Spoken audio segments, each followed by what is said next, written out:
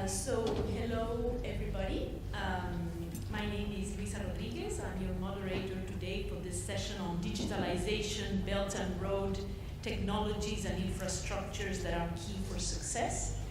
I work in UNCTAD, the United Nations Conference on Trade and Development, in the area of trade logistics, and the way we look at trade logistics is a combination of two issues related to trade facilitation, customs procedures, this soft side of regulatory compliance, and the issue of transport infrastructure and transport services, transport networks. This is the area and the team that I'm working with.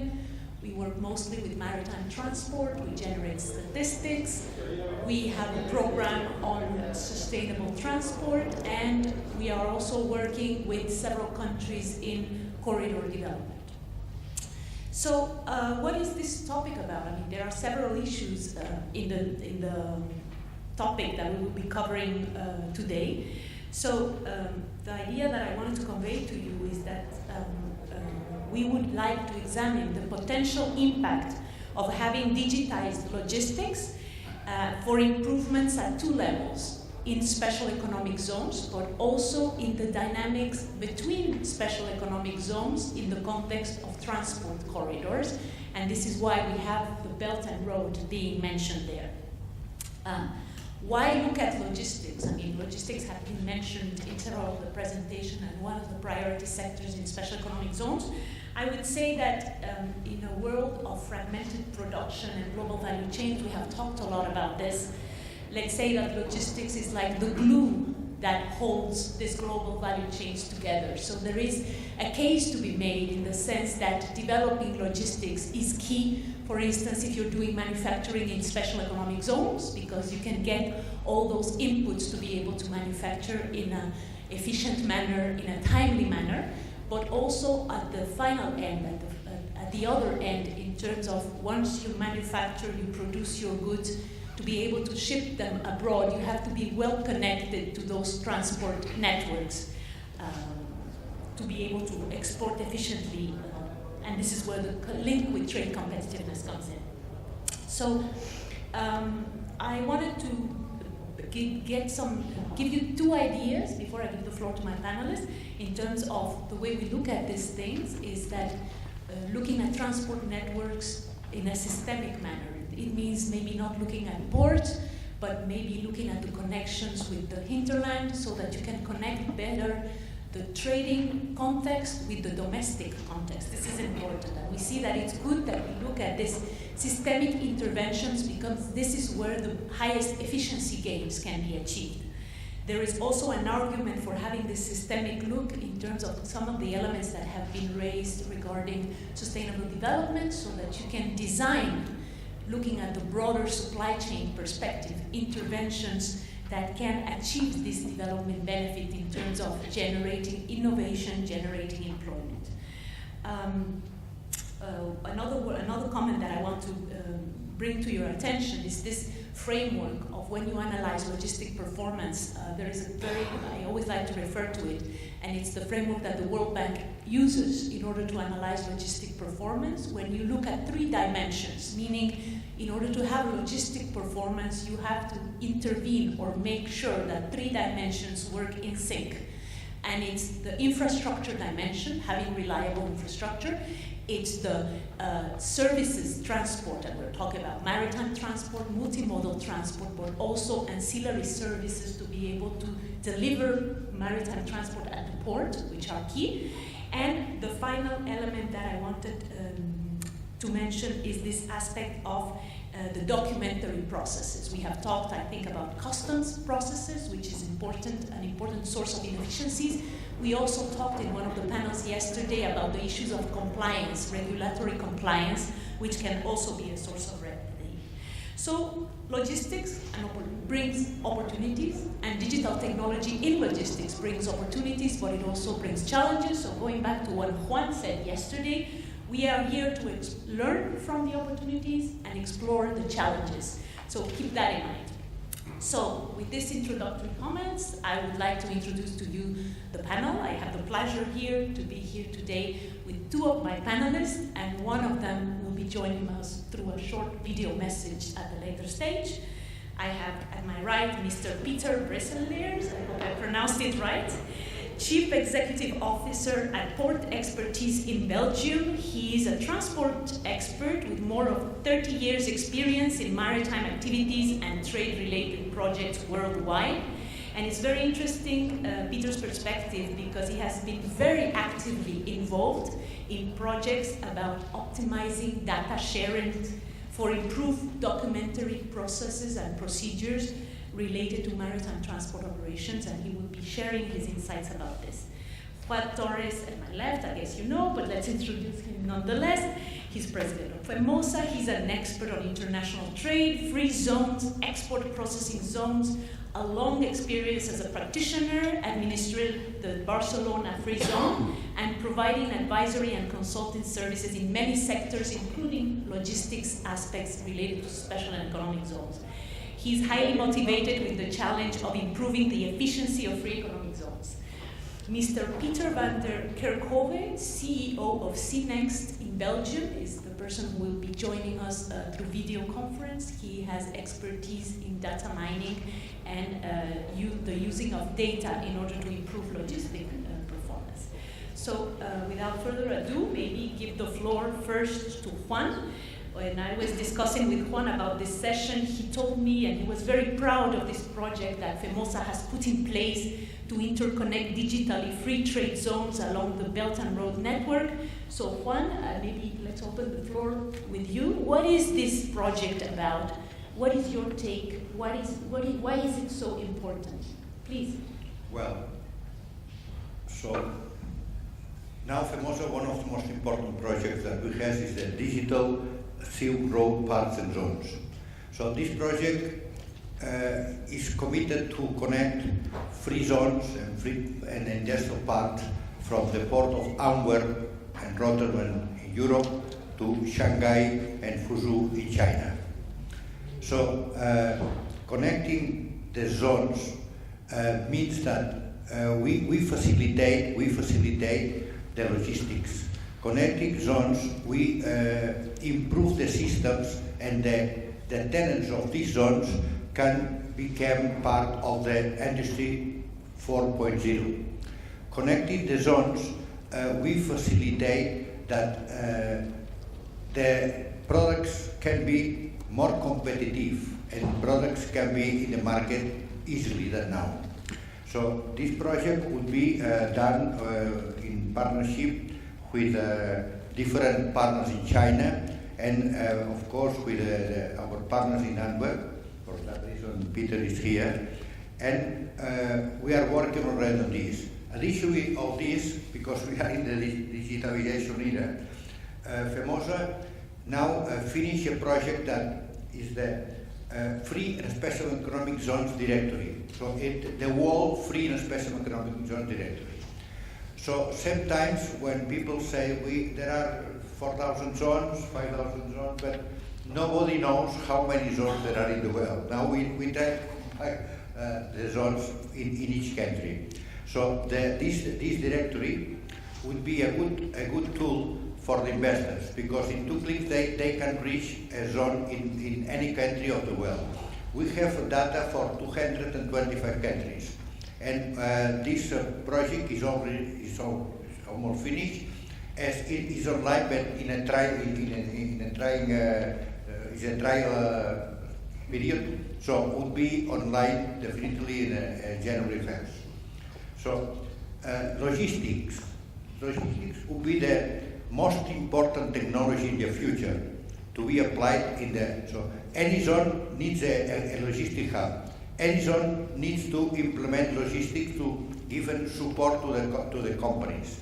Any zone needs to help in the logistics and attracting not only investors but also transport companies, forwarding agents, insurance companies, and all these services are complementary to the free zones public services, and it's not only incentives. So free zones are not only incentives. Free zones has location.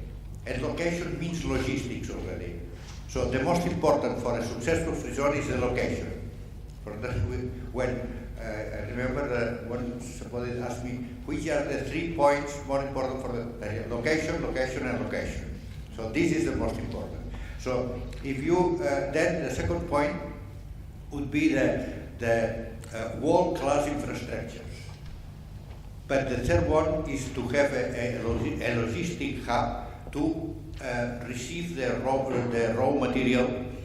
The companies can proceed these products, and the finished products can be exported through the logistic channels. About logistics, about digitalization, I have an experience during my time in Barcelona when the Volkswagen create a suppliers park.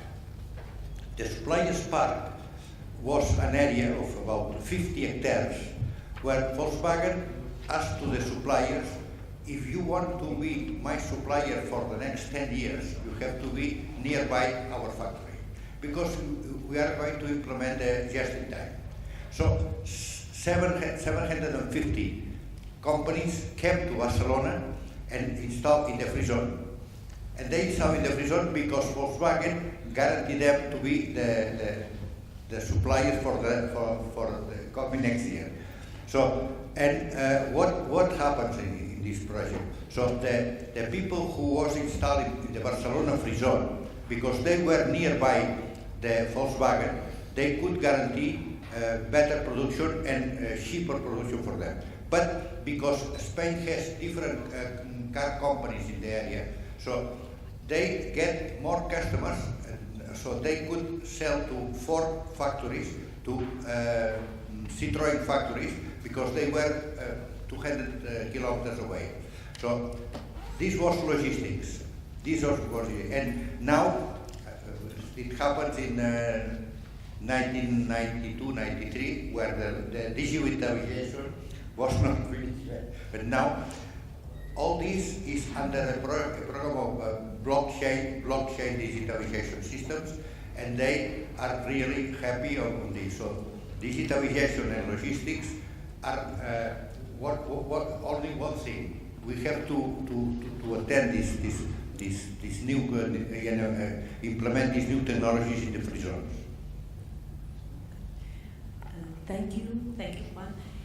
So in some, logistics, a central support service for special economic zones, and it's about attracting key services that can help you produce and trade more efficiently. And you reminded me of a key point in terms of how do we measure this. And this is about time.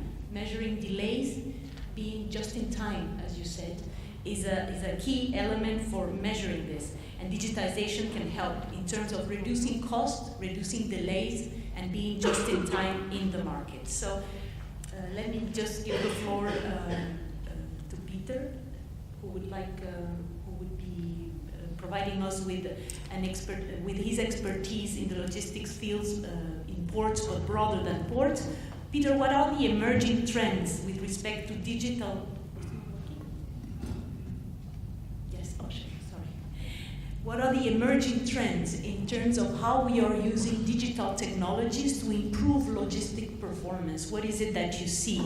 And Peter will be talking to us about how to make digitization pay off in ports and special economic zones. Peter, the floor is yours.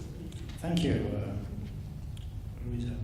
So can you start the presentation, I think, or do I have to do it? Is that good? Okay, just a small introduction of the two companies. So CNext is not here. It will be by video message, and I'm from Port Expertise. So those are our faces. And Maturem is also not here. They are involved in smart contracts, which we will address later on. I will keep this in the presentation later on, so I don't expand on it now. So that's only on this one I want to expand a little bit to address the topic addressed by Louisa, actually. Last time we were in a very intensive project, actually, which was initiated by the World Bank. It has to do with trade facilitation agreements, actually. So each developing country can sign up a agreement with the World Bank to increase their trade facilitation. Now, surprisingly though, it means that the particular country in question who signs this kind of agreements have to facilitate a national single window within 5 years. So this was ongoing in Pakistan. Now, Pakistan has a very good tradition on a web-based customs system. Now, they realized also that about 80% of their customs revenue is actually coming from the maritime port facilities, so the import and the export being done and the duties levied upon it. Now, they also realized that cargo clearance was very important. So they managed through their web application to clear 30-35% of the cargo within minutes after it arrived in the port. But then the problem came, of course. They did not understand why the cargo clearance was so fast and still the container stayed in the port for 9 days. So the container dwelling time was 9 days. Now that's the whole aspect which can also relate and also relates to the special economic zones. If the goods don't move in a fast, efficient way, all your investments are, well, they're not lost, but your return on investments will decrease significantly. Which means that the process behind and before it actually, the data sharing aspect, needs to be taken into consideration. So in this case, the maritime single window was actually missing in Pakistan, because you can have a nice national single window or custom clearance, but if the custom clearance guy still gets papers from the shipping agents, like the file messages for the specialists among us, cargo declaration, and the custom officer has to type it into the national single window, then it serves to nothing. Now this is the national aspect, but you have to understand that special economic zones have to connect to other economic zones in other regions, in other countries. Now that's where the dimension comes in from the international organizations like UNCTAD, in which there are trade agreements. Trade agreements will connect and check the data not only of the cargo and the transport connected to it, but also on the supply chain actors involved in it. The shipping company, the terminal, the manufacturer. You know, these kind of trusted traded agreements, these are digitally connected then. Now imagine that ports, maritime ports, advance on this in the digital way, and special economic zones forget about this aspect. Well, what's your business case then? It's not there anymore. You might have a nice infrastructure, but if you completely forget about sharing the digital information, which has several layers, then you have a much more difficult business case actually. So, just to address a bit on the opportunities and challenges here. We have a lot of growth, of course, in the e-commerce, you know that, and there's growing demand for trust and transparency on this issue. Now, just to put some figures, just for the European Union, because you might think this is a problem for developing countries. It's not. Every country, every economic zone has this kind of challenge. Even in Europe, we have 23 member states with large maritime ports. The port of Rotterdam, even in 2020, does not communicate directly with the port of Antwerp. So imagine a container vessel with all Amazon stuff on it, if you want to, which has to call the 2 ports. Each time again, those ports have to be filled out again or entered in the local IT system. So Europe has 2 million port calls per year. That's a vessel calling upon a port. And maritime transport operators, like shipping agents, have to submit this kind of information. Now it appears they spend about 1 to 4 hours per vessel call. So you're looking at 4.6 million staff hours actually, which is spent on reporting per year for this kind of things actually. Pure inefficiency then.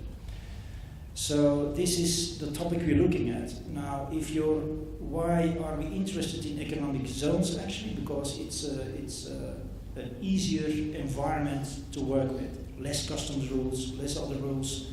So it's an ideal test bed, an ideal environment to test this kind of pilots, to interconnect these economic zones to one another through existing networks, actually, through existing applications. So it's not only a matter of having a good infrastructure, so the trans-European networking here. Europe also starts to realize this. The last 6 years, they spent 23 billion euros on 690 projects, and the balance is shifting now to the digital sharing aspect. Now, in the next 6 years, you're going to spend 35 billion euros on this aspect, with a financial leverage up to 150 billion euro. They realize that you might clear the borders within Europe, for instance, in this case, economic zone, cooperation, it's all fine, railways connect to one another, but if digital sharing stops at the border, it doesn't help anything there. So I think, Louisa, then we can start the video on the digital Silk Road parks. That's the pilot we would like to create together with Formosa, Scenic Sport Expertise and Materium, actually, and also the international organizations, on setting up these kind of pilots and see where it leads to actually on digital share, which is actually, I thought it was missing in the last days and all the sessions. We look at data to create and attract investors, but if it doesn't operate later on, then you have a small problem there. So we can start the screening video, I think, the video streaming. Do we have it available?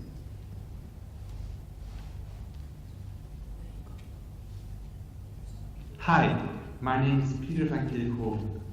Unfortunately, I'm not able to join the conference, so I made a recording of my presentation. Before diving into the contents, I would like to briefly introduce myself. I'm the CEO of CNEX, and I've been involved for the last 20 years helping out customers in Europe logistics with their business process improvement initiatives. The last years, I've been also involved in some data sharing initiatives, which I would like to share a little bit my experience on during this presentation. Today I would like to talk about digital Silk Road parks, strengthening the e-collaboration between free zones. Well, and it all relates to some opportunities and challenges, and one of them is due to the fact that there is an exponential growth in global e-commerce. And if free trade zones are not well integrated in the digital world, there is a big chance of missing a huge part of the opportunities in global e-commerce. Now, if we talk about digital Silk Road parks, it's about free trade zones who are on the corridor both on land and ocean within the area of the new Silk Road. There's a list of countries involved. Of course, later on, it can be possible that other free economic zones beyond the free trade zones in the new Silk Road can join. Now, if we look at the Silk Road and how free trade zones are connected to it, we use a simplified model. It's basically a three-layer model, where on the top layer we have the new Silk Road corridors or the highway, and that's where the major logistic carriers on land and ocean operate. International logistic hubs, they take care of the infrastructure to be able to connect the local economic hubs at the third layer. And in the local economic hubs, this is where we position the free trade zones. It's where the actual economical activities happen. It are companies, businesses, manufacturers, service companies who are taking part of the global value chain on logistics, each within their role. Now imagine that a company within Free Trade Zone 1 is doing or wants to do business with a company in Free Trade Zone 2, another one. There is a free trade agreement to be validated, logistics has to be set up, trust has to be gained.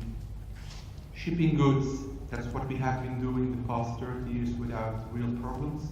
Unfortunately, it has come with a huge effort in communications, interactions, filling in forms, providing documents, and a lot of those activities are still done manually on paper. That's why in the past years a lot of new technologies were introduced, each within their different domains. So we tried to add them on a map with just a simplified view and just a few names, but you can imagine there are lots of in place. Now, if we just go over some of them, at the new Silk Road corridors, we have blockchain initiatives like Over and Matrix, which wants to facilitate the payments and the payment transactions on the blockchain. At international logistic hubs, we have shipping line initiatives like TradeLens, a joint venture between IBM and Maersk Line. Digital Container Shipping Association, which is an association of shippers, and they're trying to make it easier to do business with them. At port community systems, we have Dacosi in Germany, port-based Rotterdam, Netherlands, in China, and they're focused around facilitating services in the port area. Free trade zones are a little bit left behind. They are coping with all the complexity to integrate with all those systems. You can imagine that without proper standards, this becomes an unmanageable situation for the free trade zones. So that's why we are introducing digital Silk Road parks. It's basically accelerating trade between companies of free trade zones globally. Now, how could this look like?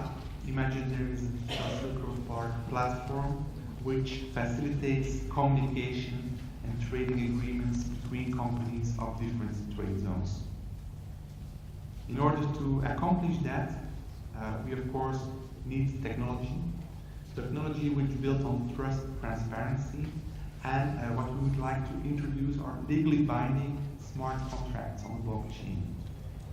The blockchain as such is, and that's our proposal, built on a consortium-based blockchain, which means that every free trade zone who joins the platform is treated equally. There is no central player, so you can all agree as a consortium on the rules which apply.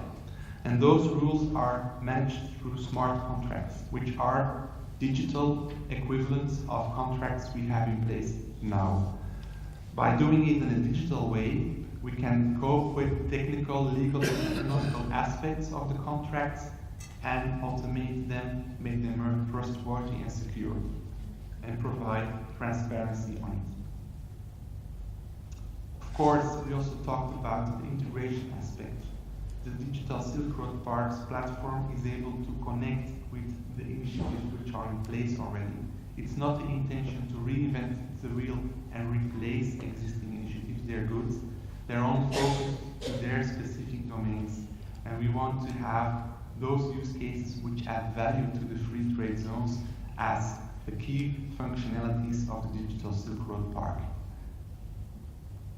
This is just a short introduction of the concept we would like to put in place. Peter Bresslers can talk more about the business case and what is involved to start with it. And I would like to invite you all to join our pilot program where we would like to help out the free trade zones in getting connected to the digital world. Thank you all. I wish you a pleasant remaining part of the conference and hope to talk to you. Thanks. Okay, thank you to both Peters for this very interesting presentation. I'm going to ask one question, and then since we have a time constraint, maybe give the floor for you. So I'll just ask one question. I see here this issue of digitization definitely helps in terms of this communication flows that have to take place along the supply chain among different stakeholders, different activities, so that you perform more effectively. I see the business case, the case that the other Peter was mentioning in his presentation. I'm just wondering, from an operational point of view, the issue, the challenges, trying to think out loud here about the differences that might exist among countries. We talked about in one of the sessions before about issues related to regulatory frameworks that are not yet ready in order to adopt or deal with certain technological instruments. I'm thinking also maybe there is need for a digital infrastructure to be there in order to put in place such a system. Are these problems? What are the problems you see in implementing a solution like this? Belt and Road is a a group of countries that is very diverse in terms of their infrastructure development, their regulations, their trade agreement engagement. So we'd like to have your point of view with respect to this point, and after that we'll give the floor to you, sir. Thank you. Well, currently we are also doing a project for the European Union, which is called the Maritime Single Window, the European Maritime Single Window. It involves 23 member states, and each member state, each authority, so the national authority, the regional, the port authority, is demanding information from everyone who ships and exports cargo into their country. Now, we identified which kind of elements they are asking, and Italy, for instance, asked 280 different data elements. Finland is asking nothing. They say it's up to the private partners to do it. So in between this range, actually, we are now to define and harmonize a minimum data set that has to be exchanged between the member states. Now, this will be connected to the European Authorized Economic Operator System of the European Union, and that will be also negotiated through IMO, WCO, so the World Customs Organization, which will get implemented then worldwide. So worldwide, there will be kind of a minimum data set that will be complementary, obligatory to be exchanged between trading partners then. Now, if they want to expand on it, that's their business, of course. They can do it, like we've seen it in China and Pakistan. You have a much more elaborated data set being shared, of course. But this is the future. If your economic zone is not digitally connected, it's not able to exchange this kind of information, you're losing business. It's as simple as that. It's the future, and it's the very near future, I'm afraid. Juan, would you like to say something about this? Yeah, but I want to just a comment about the logistics. So now everybody's talking about the Silk Road initiative, and in many European countries they are a little bit concerned about this project because everybody thinks that the Silk Road would be the way that the Chinese products will invite the European countries. And I said, no, you are wrong. The Silk Road is two ways. So one way is from China to Europe, but the other way from Europe to China.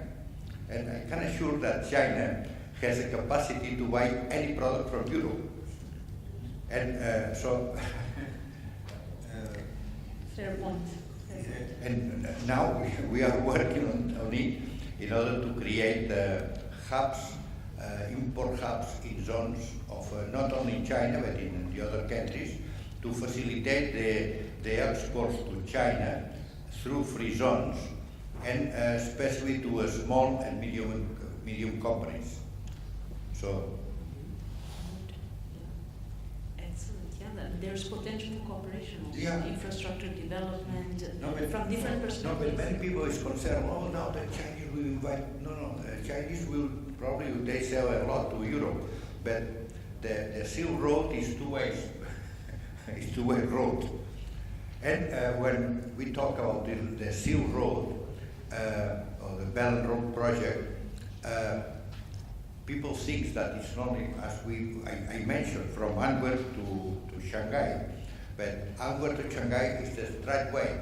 But we have corridors, north corridor and south corridors. And as you saw in the map that Peter introduced us, there is land roads and maritime roads. And the Silk Road is be connected with not only with Europe, but with Africa and with America. So the trade is growing up every year, and we have a lot of products that we can export. So yes, you have new horizons and new scenarios for the export. And the digitalization and the logistics are the way that your products can become more competitive, and you can achieve other markets only because the digitalization and the logistics. Very good point, Juan. Logistics have to serve the needs of the market, and it's critical to understand those trade patterns so that you build in logistics solutions that can cater for improving trade in this field. So if you see now the production, so many companies do only the production. To order the raw material, bring the raw material, to stock the raw material, to distribute the raw material to the factory. They have other companies who give you the service. So the logistics service every day have to be more specialized in the different point of the logistics. And sometimes if somebody do this mobile phone, they just produce the rest of the process is done by external companies, and all these external companies are implemented in the logistics. Very good. It's logistics no longer only to production, but it's value-added services in a variety of fields. That's right. Yes, it's a broader perspective. I see 2 hands were up. There's a gentleman there, and then Thierry. Thank you. This is Mustafizur Rahman from Bangladesh Economic Zone Society. Thank you all for your mesmerizing explanation. Of course, opportunities to be a part of the digitalized and road infrastructure is alluring for all the developing countries like ours. But the huge data accumulation by the network might pose new challenges in the coming days. How the data governance will be working there, how we can be assured of our sovereign right to have control of our own data given the significant network and technology will likely to be controlled by someone else. Thank you very much. This is a very good point. Thierry, please, you have the floor. Thank you very much. My question is very, very simple. The initiative is very commendable.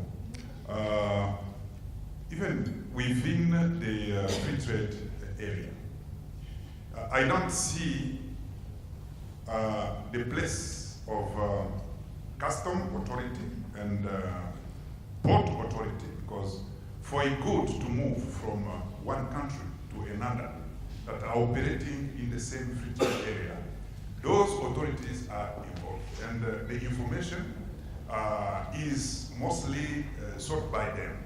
So how can you facilitate data sharing without taking into consideration the border management? Because if it isn't within the integrated system, it won't be efficient, because you will be dealing with special economic zones, but those who are dealing with port management, custom management, they are outside of the system. So my question is, how efficient it will be? Thank you. So maybe I turn. Well, so your question is very important and very interesting. So when products arrive, let's put the example of the European Union. So the borders of the European Union could be ports or could be land borders. So if some product from Japan or United States arrive to Antwerp, so these products arrive from a third country. When they arrive to the port authority usually is connected with the customs. So this is something that Peter can explain that. But the concept of the connections is that from the port of Antwerp, the transport companies has agreements with customs to take this product, go through this customs land, and go to the special economic zone that would be 1,000 kilometers away. But this is a very simple process. Of course, the free zones sometimes are not connected in the port. In the case of Barcelona free zone, it's just adjacent to the port, but the containers from the port have to go to the free zone that is 200 meters away. So they need the process of a transit pass, but this transit pass is made automatically. So it not takes many times, because the they are already prepared for this. A ship leaving Singapore, from Singapore, they send the manifest of the products, of the cargo, to the destination port, and they arrive in 2 minutes. But the ship stay one week or 2 weeks to arrive to the port. But in that time, customs, port authorities, and free zones are connected to sometimes when the goods arrive to the port, everything is clear from customs because they prepare. So the timing is very important. The timing is very important. When free zones, and we have example in Central America, for instance. So they have a bureaucracy on the transit. This is the worst practice in a free zone. So because if you have to leave one free zone, one container, and the truck is stopped for only half an hour for checking. So this container can arrive to the port half an hour late, and sometimes it's half an hour late, the ship is left. And somebody who has an order for a customer left the ship because somebody stops half an hour the container in the exit. So probably the customer can cancel the order, and this is a synergy that is a worst practice for the free zones. So Port Authority, Customs, and free zones authorities have to be connected. And for that reason, we say that they need to take the digitalization. that is the solution. Correct. So it's about moving the goods, but getting the processes to be done as fast as they can, so that you don't create a bottleneck. And if you control the products in a soft system, you have more security. By the customer to the customer for the tax risk. So the problem with the customer is the taxation. So if you move by a soft system, it's better. You don't have any problem. But if you have to see all the containers and open the container and see what is inside, you can close the free zone. Peter, would you like to? Peter have more. Yes.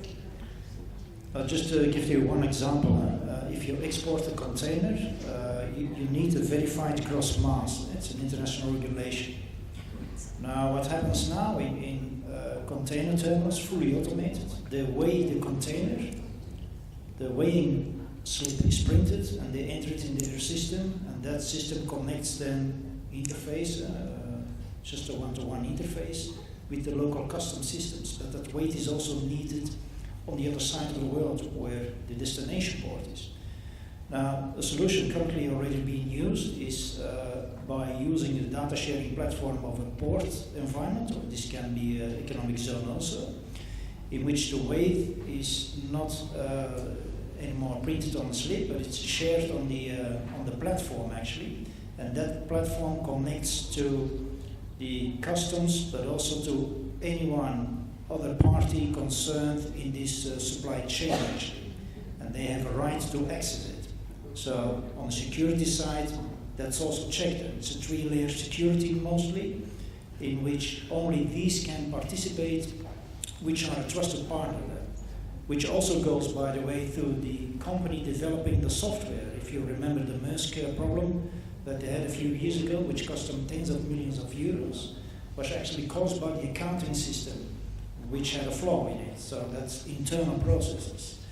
The World Bank and also IMF, I think, have already some digitization of certificate of origins, and that's only communication between governments servers. So that's also information that you can obtain from that point of view. So indeed, this is not creating a new system, it's connecting existing systems. That's the whole problem right now.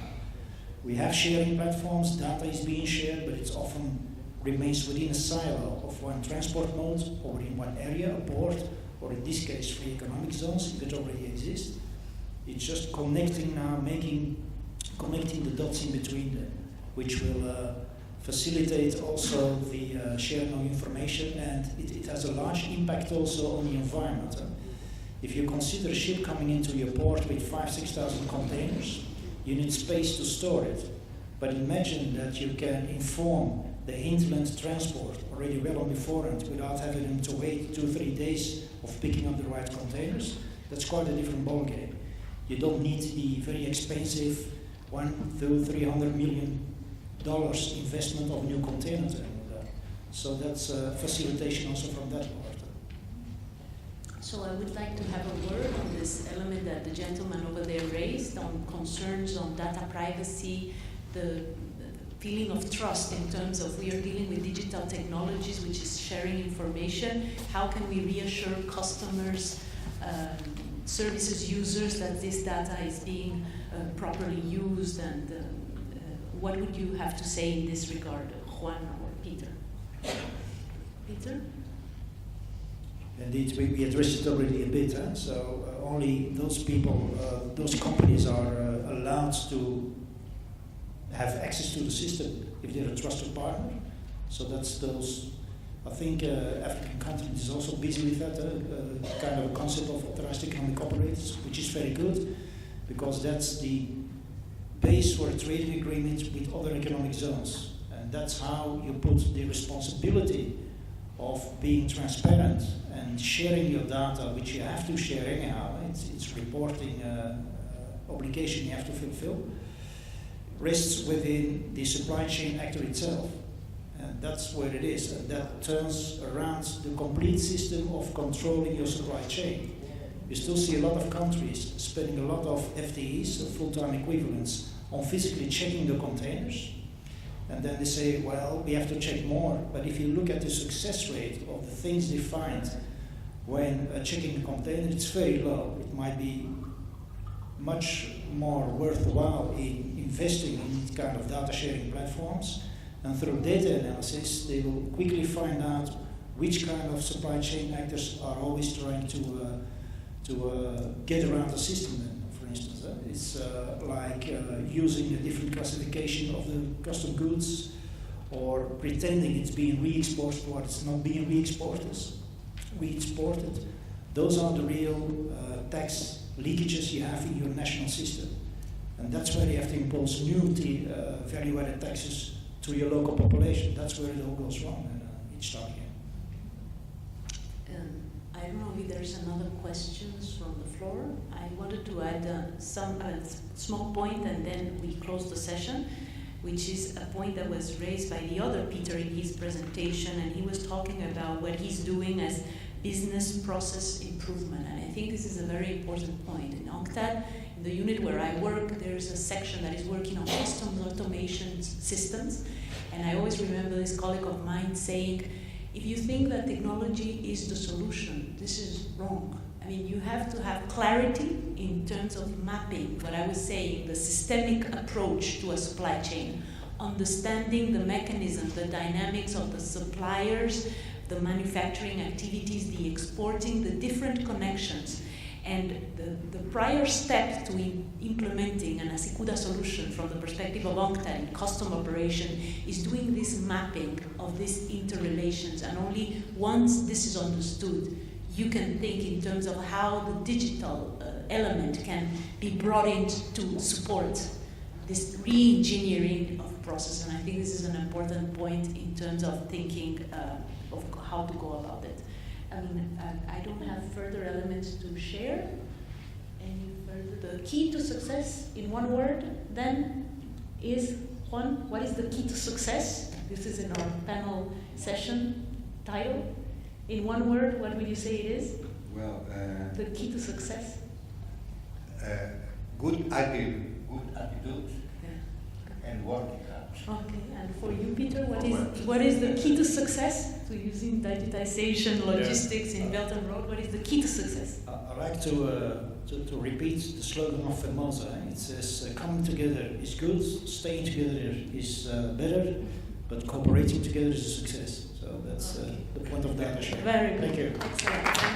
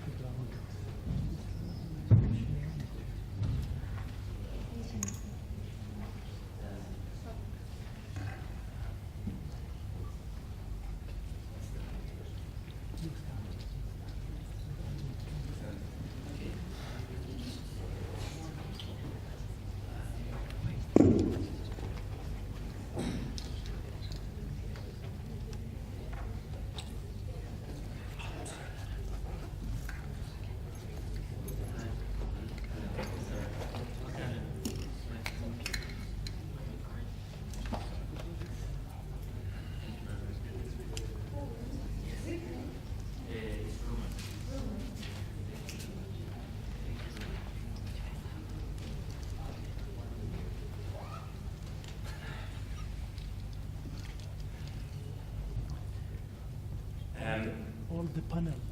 Good late afternoon. We have the last session before us, where we'll try to address the challenges that stands before the special economic zones. Together with Juan, we will be trying to moderate this panel, and I hope it will be very interactive, and we also hope for many interaction with the audience. You know Juan, and I think that I already have been here a few times, so I won't be introducing myself, but I would like first to introduce our guests and give a short introduction that will further, and then further give the floor to each of our panelists, and then we'll have a broader discussion. So maybe let's start from the, I'm sorry because I don't see this. Everybody's here, very good. First and foremost, please let me welcome Mrs. Hiraza Belhiria from Tunisia, from the Bizerta Free Zone. Then we have Ekaterina Evdokimova from Russian Federation, from Special Economic Zone of Stupino Quadrat. Very nice meeting you. I'm not sure. Then we have Claude Follion here, I'm sorry, from Monaco, so we have a representative of this beautiful principality. Then we have Titus Gabel, also from Monaco, but representing Honduras, as I understand. Well, not the country, but... I'm sorry, yes, Honduras in the sense that the zones in Honduras, one particular zone in Honduras.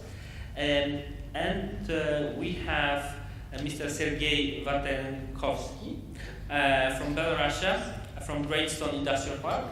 And we have at the end, let me see my card, because I don't see it in the program, but I have the card, so I have it with me, I'm sorry.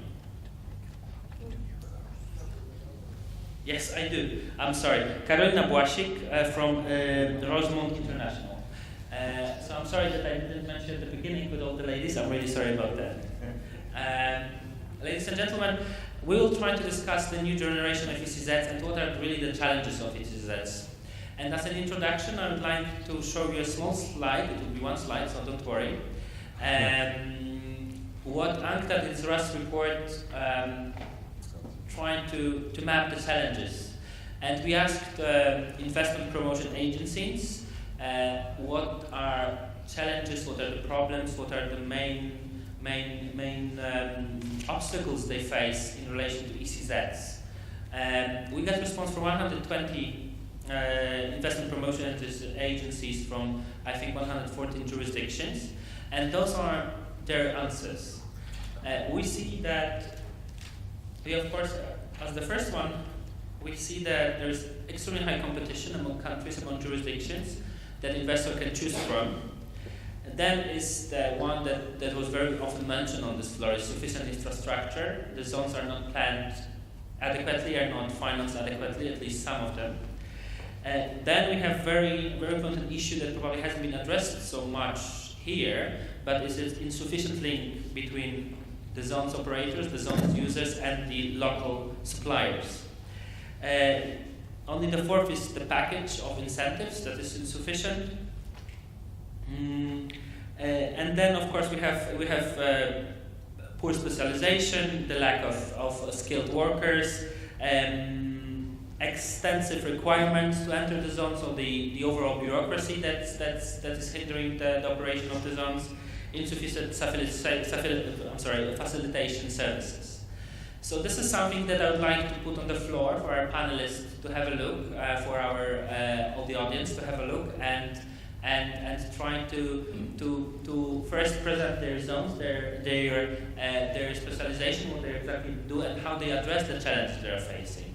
How what are their practices that can be multiplied in other regions and other zones, and how we can all and on the zone, on the policy-making platform, on the zones, and on the investors' levels address those challenges. Would you like to add something, or should we give the floor to our panelists? Well, yeah. So this is the last panel where everybody is involved in free zones. So this is the World Investment Report used by UNTAC, and in this report they put us a mandate to decide which are the new generation of a special economic zones. So when we prepare the summit,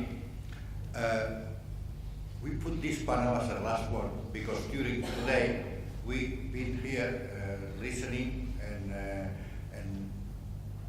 presentations about different topics, different new technologies. We talk about PPP, digitalization, industrial zones, anything, everything about it. Now we have to decide to start designing which are the new generation of the special economic zones.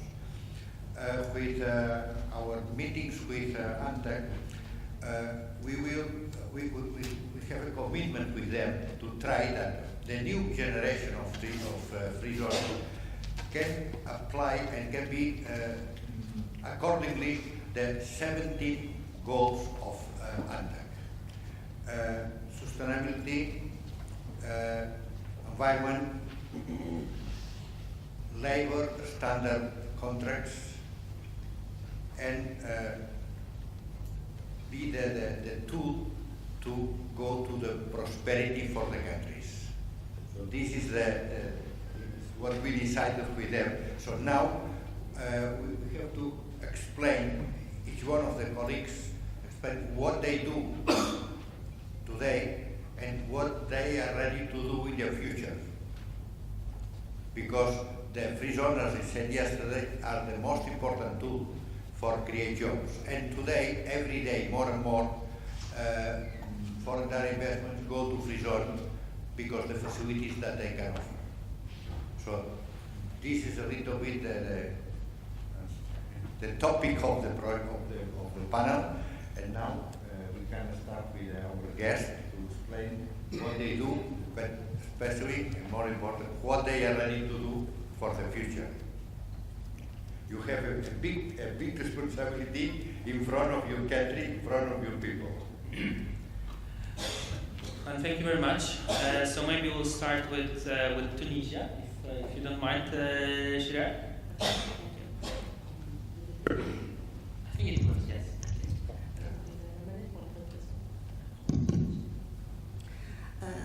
Good afternoon, ladies and gentlemen.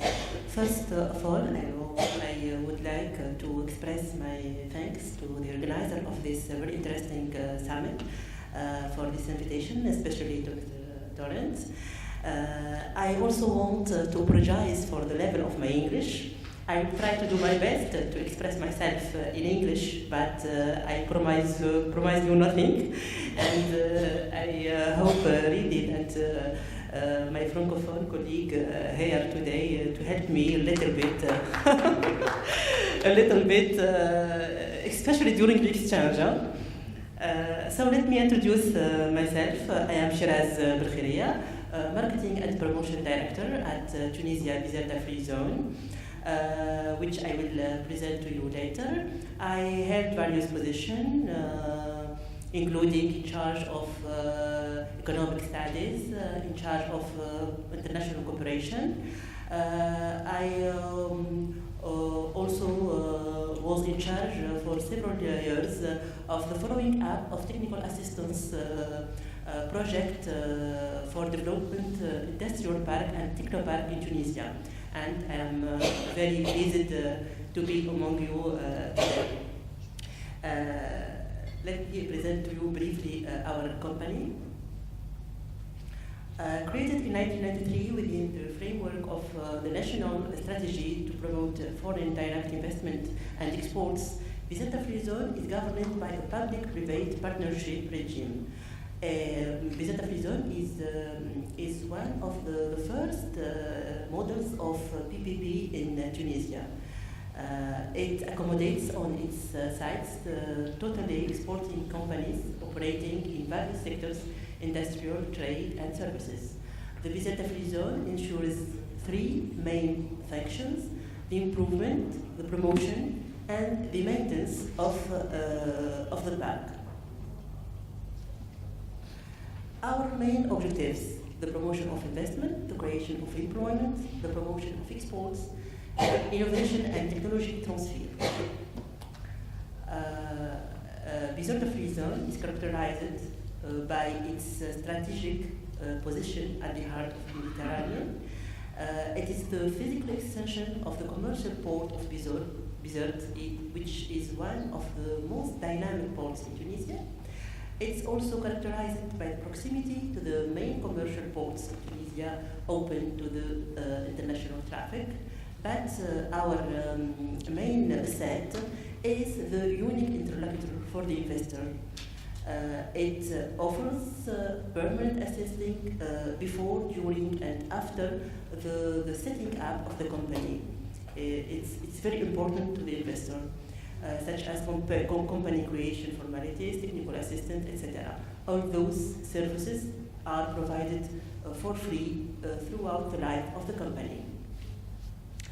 Other assets: facilitation of customs procedure, well-developed industrial infrastructure, a pleasant living environment in the region, a secured and closed area with a controlled access, a synergy between the existing investor, company or companies, a talent pipeline of skilled labor, and facility and a specific regime of employment thanks to the fixed term work contracts. The main figures of our zone: we have today 60 established company with 600 to 6 million dinar of investment,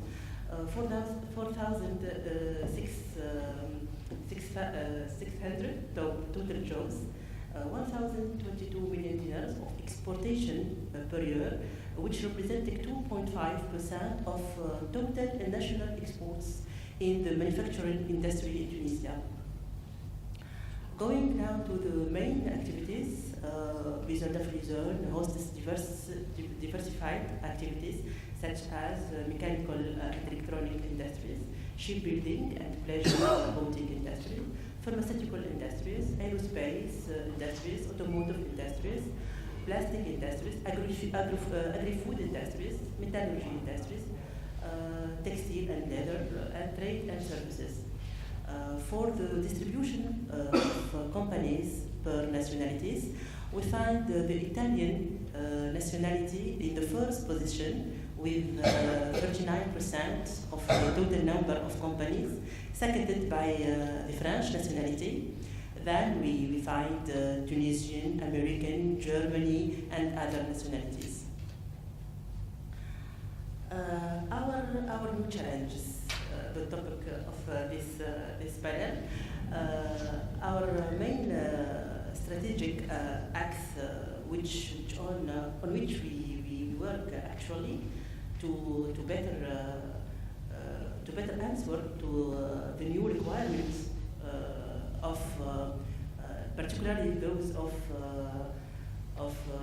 sustainable development, are development and implementation of new proximity services, development of the concept of industrial ecology within the zone, valorization and use of the renewable energies potential, the integration of the smart cities process currently underway in Tunisia, including for the services area of the Bizerte-free zone. I finished my presentation with some pictures of the company established actually, and we note diversity of activities such as shipbuilding and pleasure boating, industries, pharmaceutical, services, automotive, textile, etc. Thank you for your attention. Thank you. Thank you very much. So you are on the way to shift this. So you talk about ecology, new energies, and sustainability. Okay. Bon courage. Bon courage.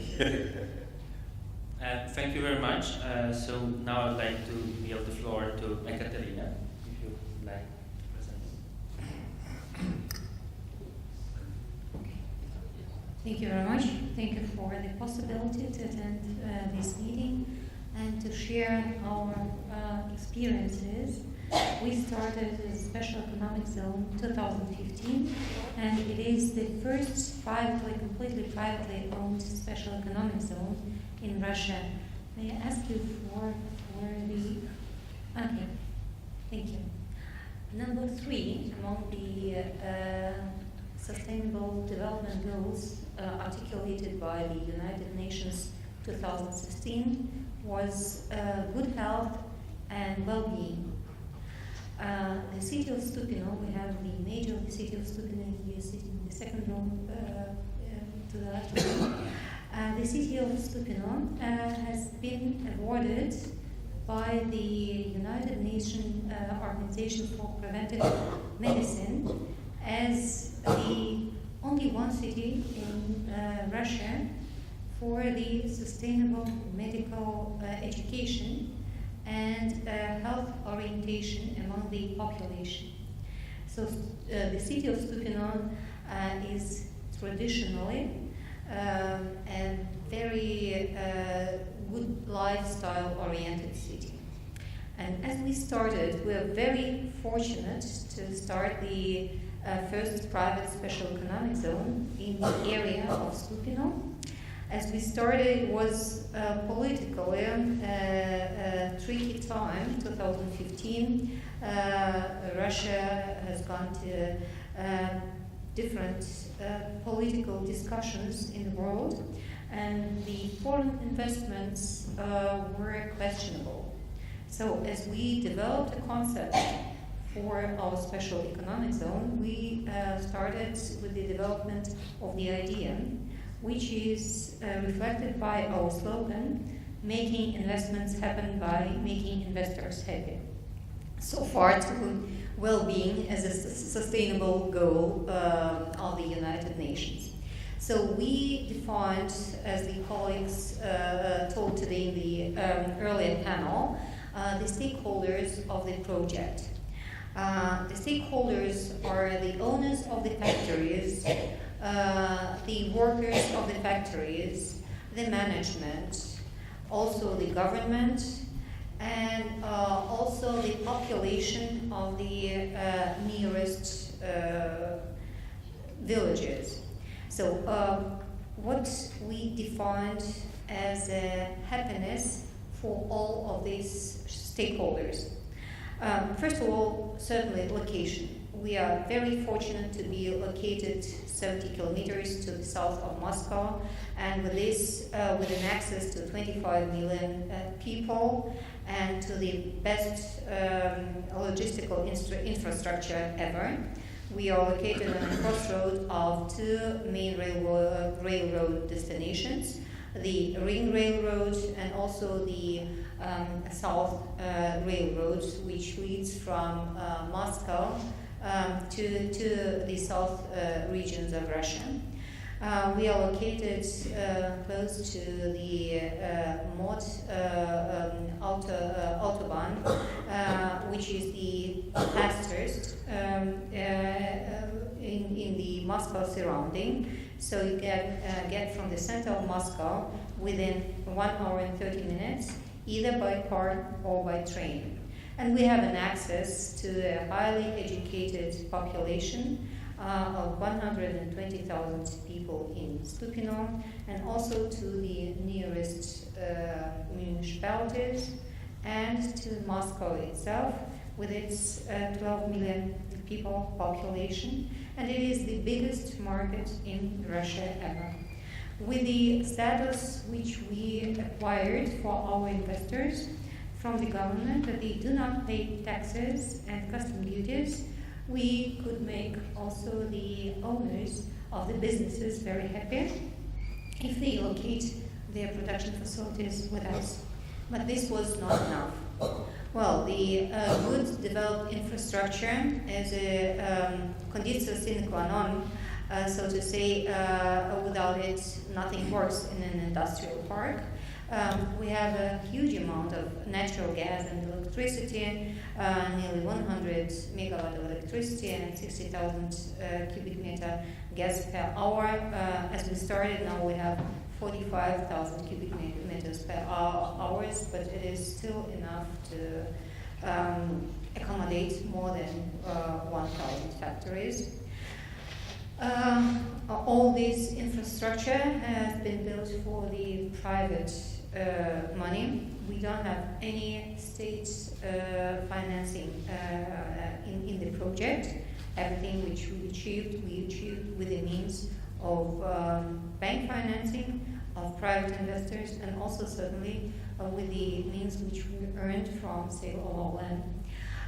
The tax benefits I told already. We have our brochures to go deeply into details, but for example, nearly all taxes are zero except for the profit tax, which is 2% except of 20. The second thing is how to make the management in charge for the project to be realized in a difficult time in Russia. We thought what the investors and their managers could do very good is to concentrate on their key business, production and distribution of their products. And the other services like permissions, all the permits, planning, construction, funding, acquisition of the state support measures, education of the labor force, or even search for such labor force, or outsourcing, we can, if our investors wish so, we can provide any kind of services needed to establish production facilities and to start operations. The other thing is, what do we do with the workers? How to make their families happy on our land? So what we did a very low-cost construction for the workers and for their families. Such nice house can be acquired for less than $100,000, which is very cheap for the Moscow market, so that the managers and also the workers can live in a decent, can live decent life with the standards of a European country. As a result of this development, we have within 4 years 27 investors, 10 plants have been already built and are operating. We have very diverse geography of our investors from Europe, Austria, Germany, Italy, France, what else from Europe? Then we have from Mexico, one of the biggest Mexican investors. We have an Indian investor who started November last year and has built his factory with our support within 9 months. It was $120 million in investment. The first ever in Russia production of the plastic which disappears after 90 days of contact with Earth. It has bacteria in it, so it's a high-end technology and also providing a sustainable world for our children. What else did we do? We built I cannot come back with these slides. We built a small hotel. We found an investor to build a small hotel for our investors, for the assembly time, from different countries. The specialists have to come, they have to stay somewhere. So we built this 4-star hotel and a co-working center for the period of construction in order to have an opportunity to come to send an email, to have a meeting. This is also one part of our services. And certainly, we need to build a territory of same-minded people.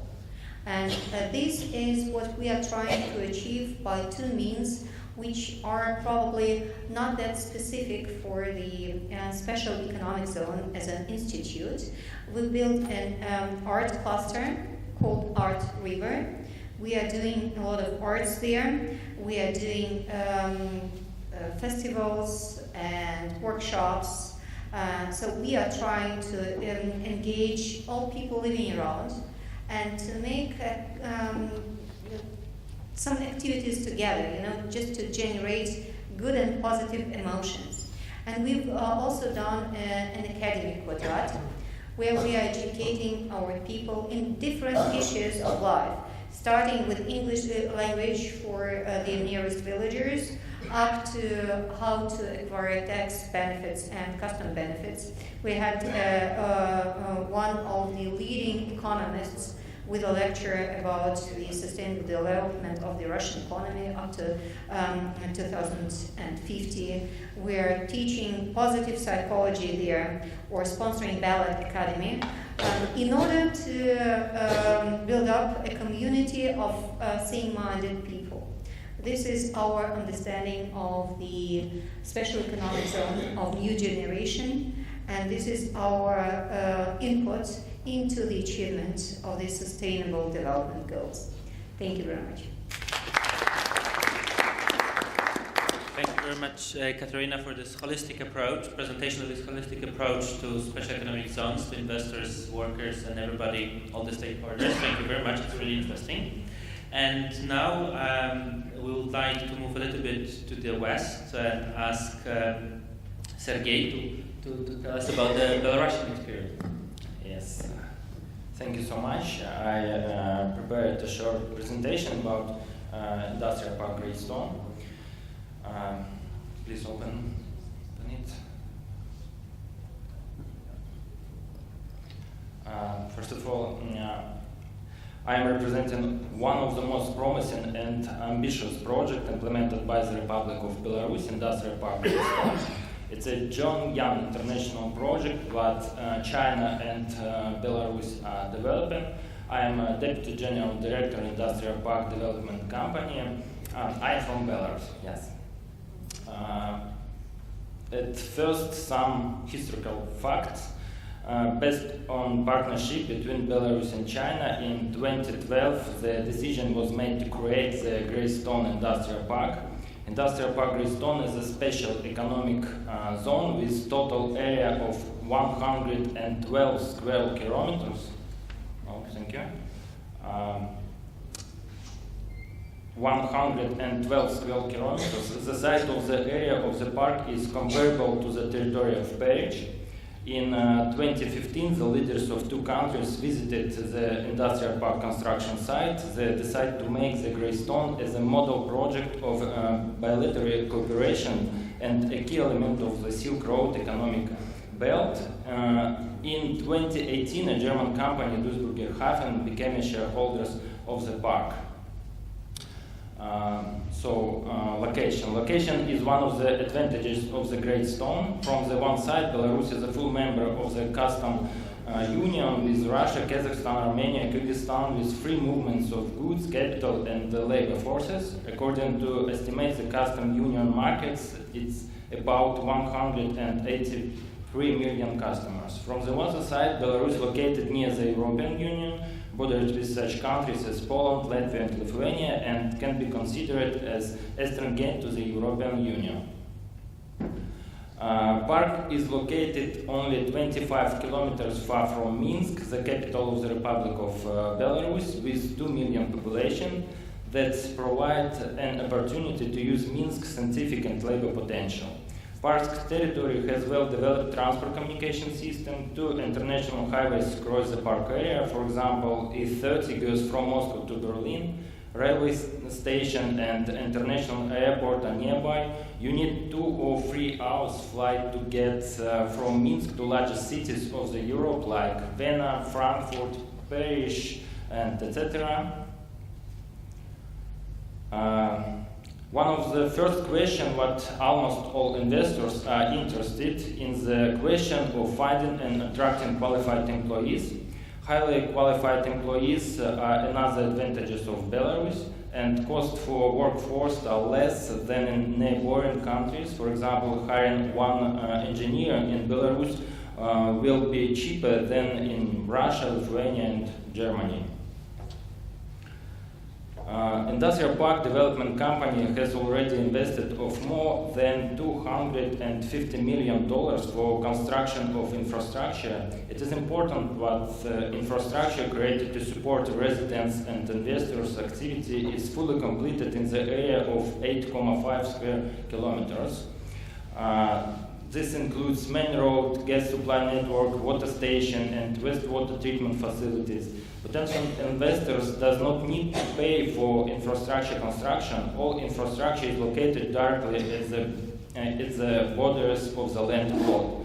Land plot with all necessary infrastructure are provided for private ownership or land term lease for up to 99 years by way of simple payment. Our residents are in a comfort zone with doing business. The conditions we have created are the best in the region. On the slides, they are presented in comparison with Russia, Lithuania, and Poland. We provide benefits such as full exemption from real estate and land taxes. Besides tax or profit are free from payment for the first 10 years. After that, our residents have 50% discount. Moreover, there is an exemption from custom duties and VAT when importing equipment and spare parts in the Republic of Belarus, as well as raw materials and goods within the procedure of the free customs zone. So, what kind of business we are interested in? First of all, it's modern manufacturers in the sphere of machinery, electronics, fine chemistry, pharmaceuticals, human materials. Moreover, we are open to any kind of innovative and environmental friendly manufacturer. As a result, 57 companies are already residents of the park. There are, for example, manufacturers of robots, laser equipment, solar panels, LED product, energy efficiency glass for transport, engines, medical devices, and much more. The geography of the residence company is represented by 12 countries, includes the Republic of China, the USA, the Russian Federation, Israel, Switzerland, Lithuania, and etc. One of the main advantages of the park is that what it operates on the principle of one-stop shop. Many administrative issues can be solved on the basis of the park to register a business, to get any permissions. The main advantages of such a system are its speed, simplicity, and efficiency. It is possible to register a legal entity in the park in 8 minutes.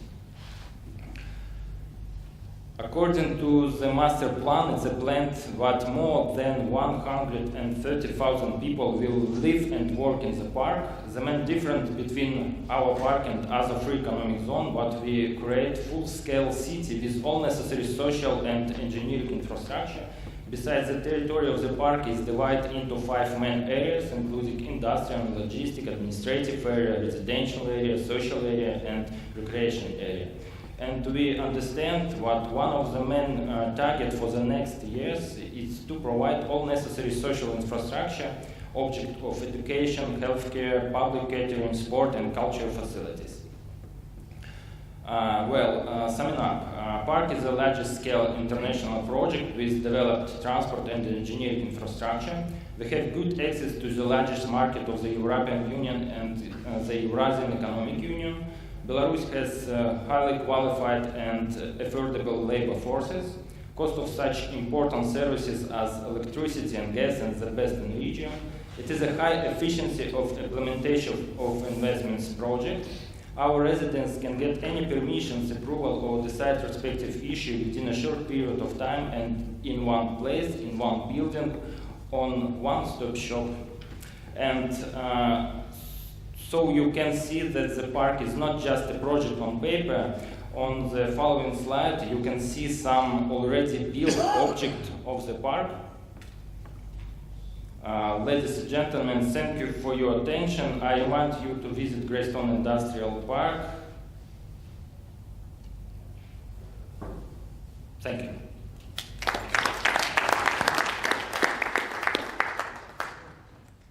Thank you very much, Sergey. So now maybe we'll move much farther. If Titus would like to present his project, do you need? Okay, very good. So please. Thank you very much. Ladies and gentlemen, I'm happy to be here. I'm speaking about a brand new project which is not disclosed publicly yet. So I'm more talking about the legal framework that was established in the country of Honduras. And it took us about 8 years to get this special framework established. You will soon hear why. It's groundbreaking, I think. And we think that what we call free private cities or prosperity zones will be the next evolution in special economic zones. We have already heard that it's already a trend that it's not only about companies, attracting companies, it's also about the residents or the workers. They must get a good environment. And Honduras was facing several problems. The biggest we have heard in the beginning, what is the biggest challenge is competition, right? And Honduras is a Central American country which has relatively successful countries around, which is Costa Rica and Panama. And Honduras was facing 5 significant problems. First was crime.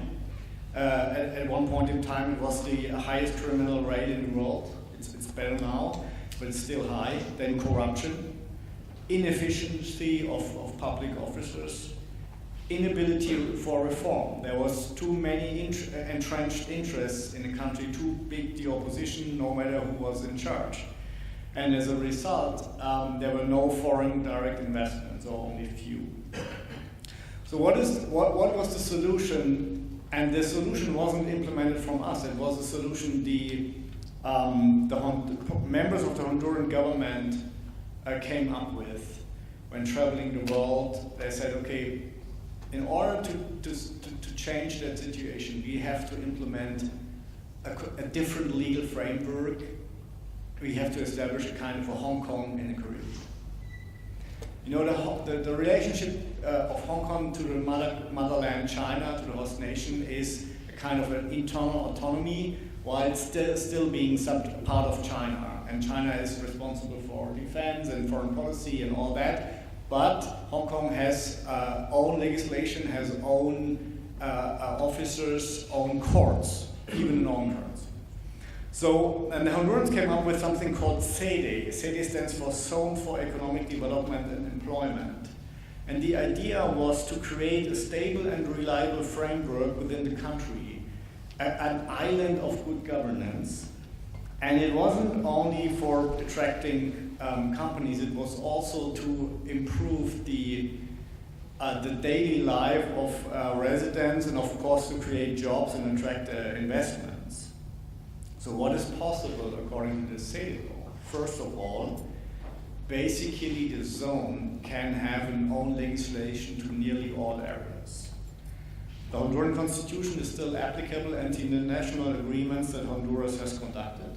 But other than that, you can, and several different operators can come up with international best practices and implement that in that zone. They need an approval by a state commission, but more or less it's a really large autonomy. And this autonomy is governed by own administration and even security forces. And on top of that, they have an own courts which are based on the own system, which is in Honduras a common law system, other than the rest of the country, which is a civil law.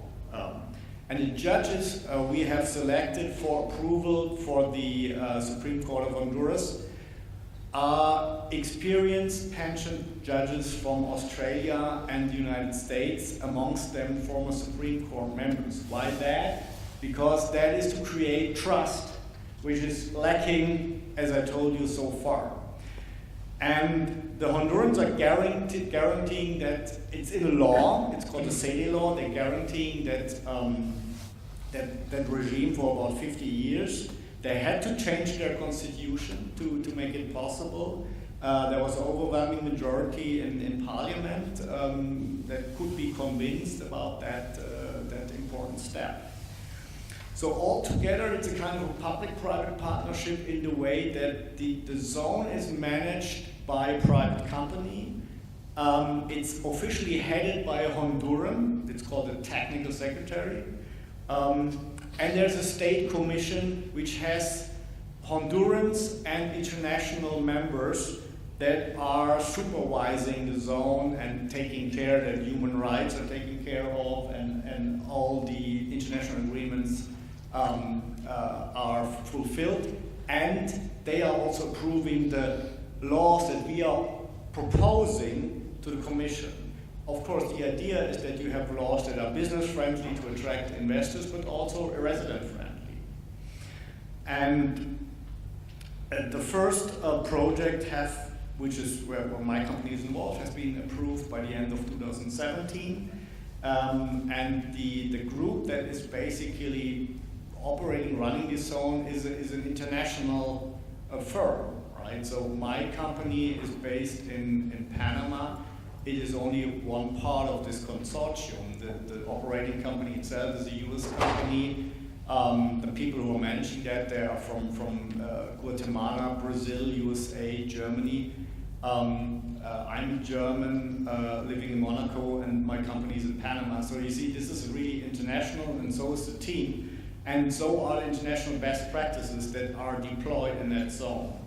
I've said this is a common law basis, and then you have, we have relatively many regulations from the common law world, but it's not all from, say, the US or Britain. No, we have, for example, for the land transaction, we have an own land registry, because it's another problem in Honduras, right? You buy a property, but it takes months or years until it's transferred. So we have an own land registry, which is completely online with blockchain-backed approved, and this is functioning according to a law that is modeled after New Zealand law. Right?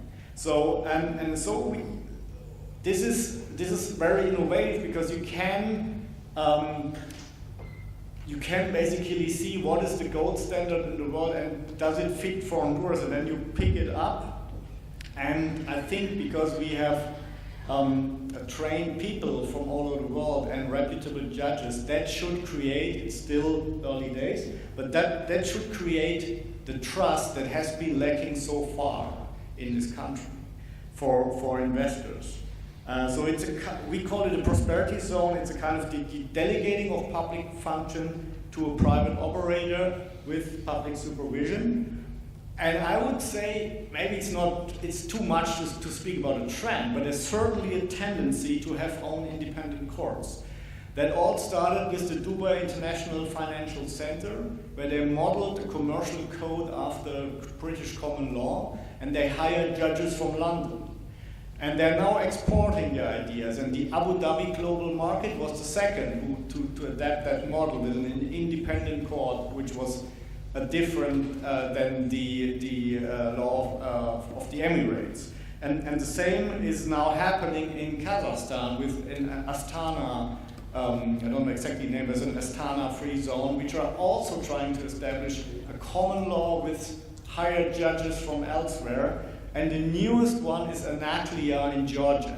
They have just announced that they're trying to establish such a system together with the Lawyers Association of England and Wales. So I would say, and we would be then the fifth in that row.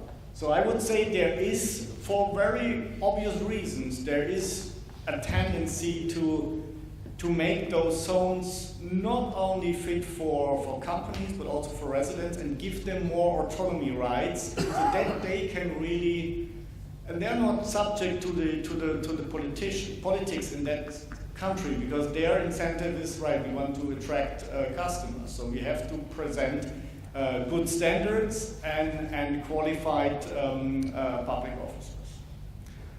And let us all see what is happening there. It's very interesting. I think it's about 2 or 3 months until the first project will be officially announced. But I have already outlined to you what the content will be. Thank you very much. Thank you very much for this really innovative approach, special economic zones, this very broad autonomy. At first I thought that the comparison with Hong Kong was a little of an exaggeration, but after explanation I think that it really does resemble the system. I myself was at Hong Kong for the conference a few months ago, and I was surprised also to learn that in their high court they do have international judges from different systems of common law as well. So it's really interesting. But now we'll trying to finish our presentation. We'll come back to Monaco, and I would like to ask Claude to present a little bit about free port of Monaco. Okay. Eh bien, merci. Bienvenue à Monaco et merci à Carolina d'assurer la traduction parce que mon anglais est trop mauvais. Ladies and gentlemen, welcome to the Principality of Monaco. It's a pleasure to introduce everybody to Mr. Claude Vaillant, who is the Delegated President and Director General of the Monaco Free Port. And tonight, in front of this prestigious audience, Mr. Vaillant will present the purpose of the Monaco Free Port, what is the mission of the Monaco Free Port, and just for the linguistical clarity, I will assure the translation and all the questions which you might have at the end of the presentation to Mr. Vaillant can be addressed to the website of Monaco Free Port. Thank you. Merci. Je vais vous parler d'une expérience récente que nous avons réalisée ici à Monaco. En 2012, le gouvernement princier a décidé de créer une société financée à 100% par l'État monégasque, dont le but était de gérer à Monaco un lieu de stockage de très haute qualité dénommé Monaco Freeport, en accord avec les douanes et conformément à la réglementation européenne sur le régime de l'entrepôt. I would like to tell you about a recent experience which we have done here in the Principality of Monaco. In 2012, the princely government decided to create the company of exploitation and management of the warehouses of Monaco called SEZs, and 100% financed by the state of Monaco. Its purpose is to manage in Monaco a very high quality storage place called Monaco Freeport, in agreement with the customs management and in accordance with the European regulation. Donc, nous accueillons à Monaco des œuvres d'art, puisque le Monaco Freeport accueille uniquement des œuvres d'art, des objets de collection et d'antiquité, des articles de bijouterie et de haute joaillerie, ainsi que des pierres précieuses et diamants uniquement sous scellés individuels. Monaco Freeport is aimed mainly at art and fine jewelry professionals, museums, exhibition and art fair organizers, art galleries and auction houses, as well as active collectors.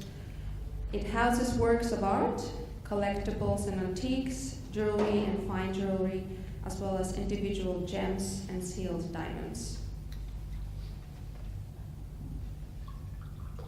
Voilà, donc c'est un hub logistique hautement spécialisé, sécurisé, où sont entreposés des objets de grande valeur importés de pays tiers à l'Union européenne. Les marchandises sont entreposées pour une durée illimitée en suspension totale de droits de douane et de taxes, avec une dispense de garantie ou de cautionnement, puisque c'est l'État monégasque qui est la caution auprès de la douane. It is a highly specialized and secure logistic hub under the control of the customs services, where high-value objects imported from third countries are stored for an unlimited duration under the customs procedure of the warehouse. in total suspension of custom duties and taxes, and with a waiver or guarantee, since it is the state of Monaco that is the bound with the customs. Monaco Freeport s'appuie sur 3 piliers. Premièrement, sa rigueur de gestion.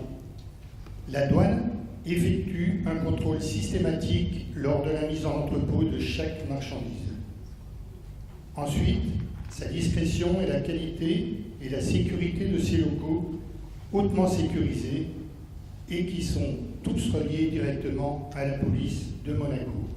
Enfin, et c'est important, les possibilités pour les marchandises de quitter temporairement l'entrepôt, essentiellement pour 4 motifs: exposition, vente aux enchères, restauration ou expertise. Monaco Freeport is based on 3 pillars. First one being its rigor. The customs carries out a systematic control during the warehousing of each commodity, identification of the goods and its owner.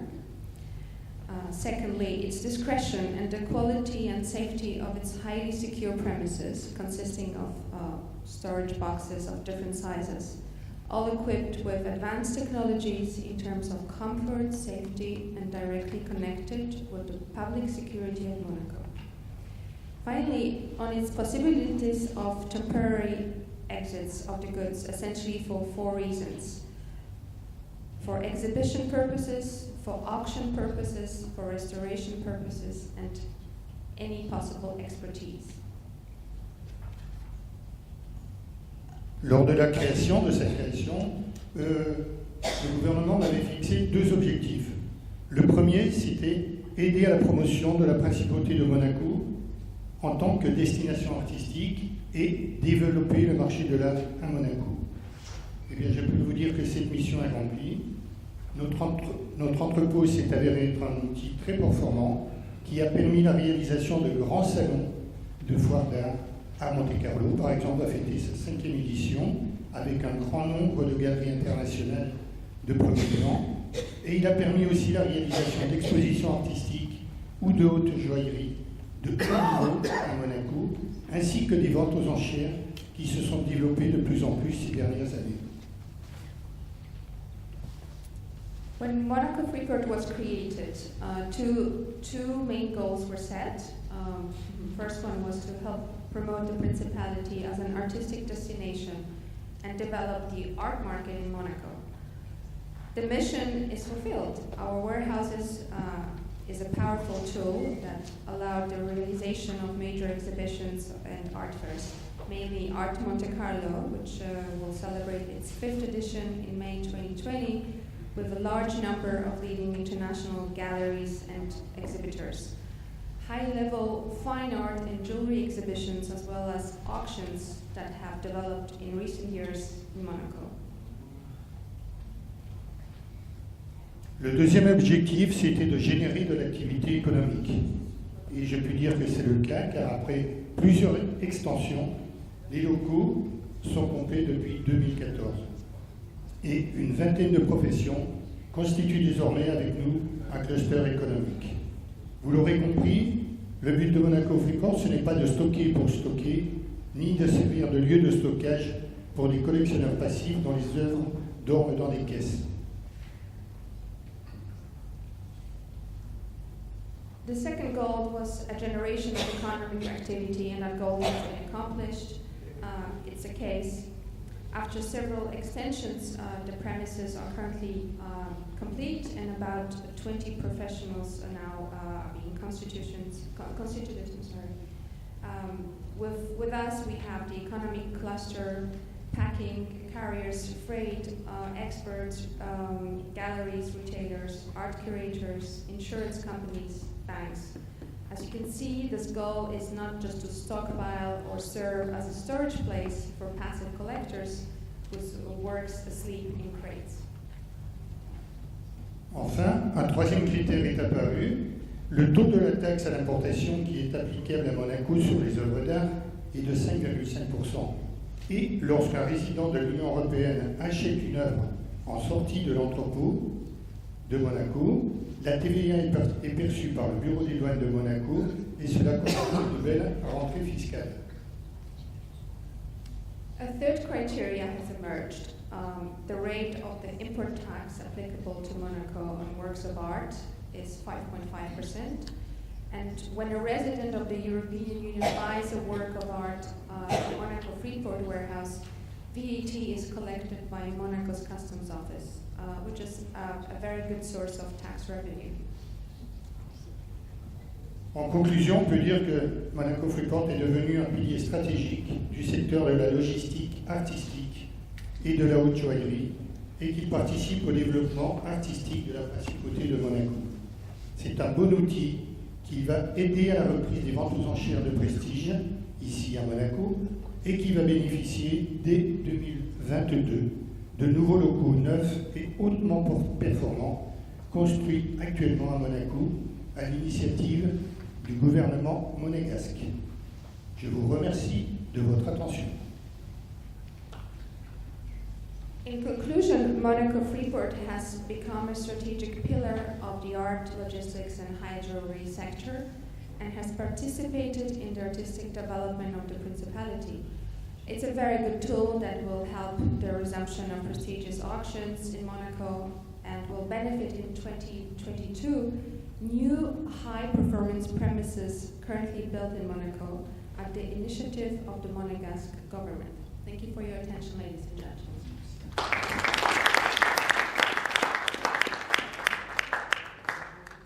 Thank you very much, Claude, for this interesting presentation of another project in Monaco, especially for those really in love of art and precious stones. Nevertheless, we have heard very broad experience as to the challenges and how they are addressed in relation to special economic zones. We had some extremely interesting examples about new innovative governance framework of special economic zones, about social responsibility, how this social and environmental responsibility is inscribed already at the design level, about new types of private and public cooperation partnerships in relation to special economic zones, about innovative technology and how it can be harnessed to make the zones stand out and be this new type of special economic zones. So now I'd like to open the floor for questions and interactions. Nevertheless, I was reminded that the dinner is coming and I don't want to be the one that stands between the audience and dinner. So we'll take only 3 questions. So is there any? Yes, please go ahead. Thank you for interesting panel. Very exciting. So my question is to the golden stone, great stone, sorry. You give tax incentives, 0 taxes. Can you explain how many jobs you create and what will be the impact for the budget of your country and your region? Do you calculate anything like that? I mean, how much you invest to infrastructure, how much investments from the FDI, and how much you get to the budget and to the GDP? And also exciting experience of Honduras. So you expect that all your 8 million population country will prosper in 20 years because of only one zone. Can you confirm that, or how it is? The calculations about that zone is something very unusual. Well, it's compared with Belarus, your country, but they don't explain that they will prosper in 20 years because of one zone, but you will. Thank you very much. Thank you very much. Is there another question? Please keep it quite concise. I would really appreciate that. Bon, merci. J'étais arrosé, je vais arroser cette fois-ci. I'm going to ask the same question they told me. It's for Belarus and Russia. What are the criteria to go inside to be admitted in the industrial zones? Thank you. Thank you very much. And the last question, is there a last question? I see that you already have a microphone. Yes, go ahead. Hi, I also have a question about the Zene program. So you mentioned that property registration will be done using blockchain technology. For one, what platform will the project use? And also, what will the treatment of digital assets be under the ZA framework? Meaning, what will be the treatment of tokenized securities, digitized titles, and cryptocurrencies? Thank you very much for questions. I see that most of the questions focus on to our panelists, so but they're also very detailed. So I hope that most of the discussion will be moved to the couloir. But of course, Sergey and Titus, if you want to answer, it will be really great. Thank you for your questions. Maybe after panel I have more detailed answer your question, but main goals, Great Stone is great job, great jobs, development region in Belarus, attracting new technology, but Great Stone is a very long-term project, and our shareholders planned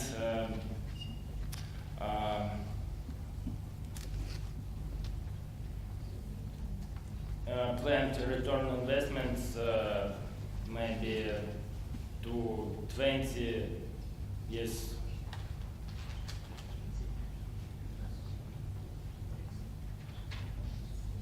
Thank you very much. Titus, if you would like to answer, the question was very technological, but...